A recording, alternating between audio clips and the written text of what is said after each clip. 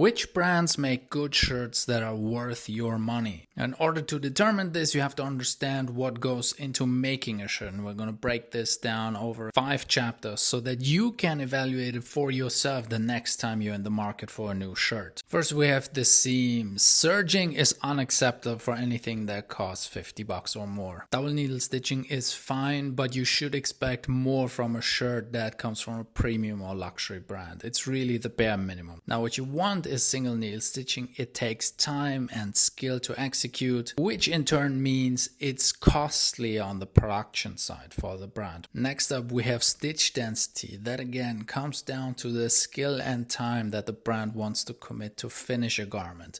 Low stitch density isn't very difficult to execute, higher one much more so. And while there is a limit depending on how the fabric is woven of what you can do, a high stitch density is traditionally better. Next up, we have trims, or the bells and whistles department, as I like to call it. And while there are aesthetic reasons as to how many buttons you're going to find on a shirt cuff, 2 should be normal. And then you should also get some spares in order to replace them. Where they are attached, not that important. However, they should be made out of certified mother of pearl. And since we're talking about a dress shirt, color stays are important and there are different ways to deliver them. Without sharp edges is preferred, and the best ones in this series have so far come from Loro Piana because all of the trims were completely customized, from the engraved buttons, of which there were 3 and thus the most in this series, to the custom collar stays, which are not as much of a rarity as you might think. But there weren't also that many brands that customized them. Now onto the meat and potato section of this video, the construction details. A laterally sewn last buttonhole is going to add just a few more millimeters of movement. Then there should be a side gusset in order to also help the shirt stay together. If you're wondering what a side gusset is, it's what I'm pointing at right here. It connects the front and back panel, and there are different ways to execute a side gusset. And a standout execution here came from ketone, which added so much fabric to it that it allowed for some flexibility, and thus enhancing the longevity of the shirt. Now the buttons have to be attached somehow, and you want this to happen in a manner that allows for the other layer to sit comfortably between the bottom fabric as well as the button itself and prevent any bulging. Meaning that this here is the bare minimum, but what you actually want is a button shank because it protects the thread that holds the button onto the shirt, and over time obviously also increases the longevity and reduces the need for having too many spare buttons on hand, because when they come loose you're rarely ever gonna find them again. We've all been there.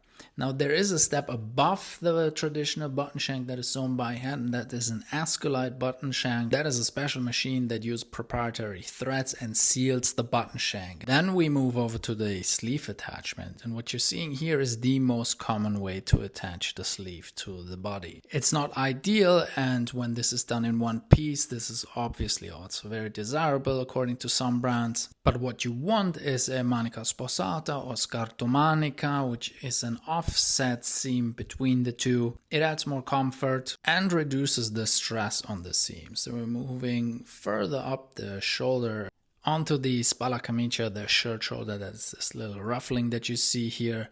It is not important, but is a very Italian detail to have. Now, depending on how much money a brand wants to spend on making a shirt, pattern matching becomes important, and this isn't the way to do it.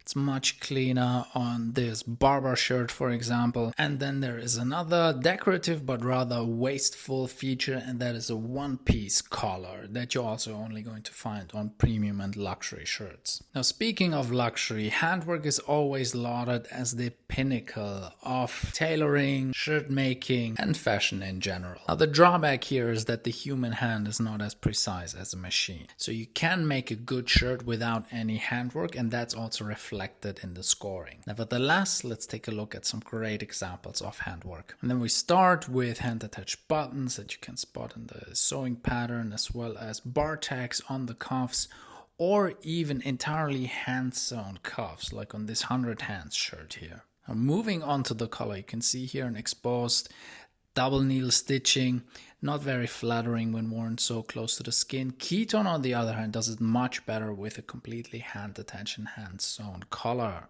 And then we continue with a machine sewn detail, and this is the inside of a sleeve. Not very nice when this is rubbing on your shoulder. What you want is this ketone execution where the yoke actually covers the shoulder seams. Since we are already at this part of the shirt, this is how shoulder seams can be sewn entirely by machine, or one row by machine on top and one row by hand, as you can see on the bottom.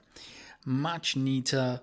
But obviously, entirely by hand is the pinnacle, and 100 Hands and Ketone deliver perfect examples of what this can look like and how neatly this can be executed. But it doesn't have to stop there. You can obviously also sew the side panels entirely by hand, and when you do pattern matching like Ketone, it looks even better.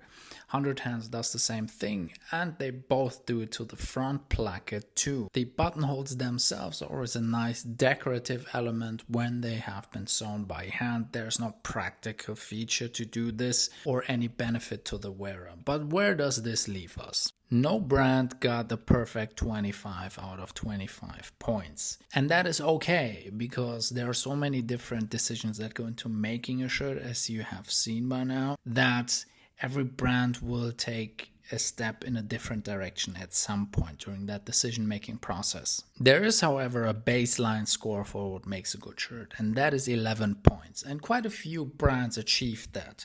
Notably, there were some luxury brands that did not come even near this, but most brands that charged a premium or luxury price were actually worth their money on a relative basis. Now, if you want to buy a good shirt, you're going to have to spend money. There was not a single brand that cracked the 11 points mark that cost less than 130 to 150 bucks. The sweet spot is somewhere between 150 and 250. Once you're paying more than 250 bucks for a shirt, you can expect a lot more handwork, and that naturally means diminishing returns on a relative basis, because handwork is exponentially more time intensive and costly for a brand to execute than machine work, and that is reflected in the price. So I hope that this was useful, and maybe you want to rewatch this video, grab one of your shirts and go through every step and see for yourself and learn if it is a good shirt and judge it for yourself. Because that's the main reason why I did this, not to put any brands on blast, but to help you judge your next purchases. And in the old YouTube tradition, every like, comment and subscribe helps to grow the channel and is much appreciated. So until next time, stay cozy.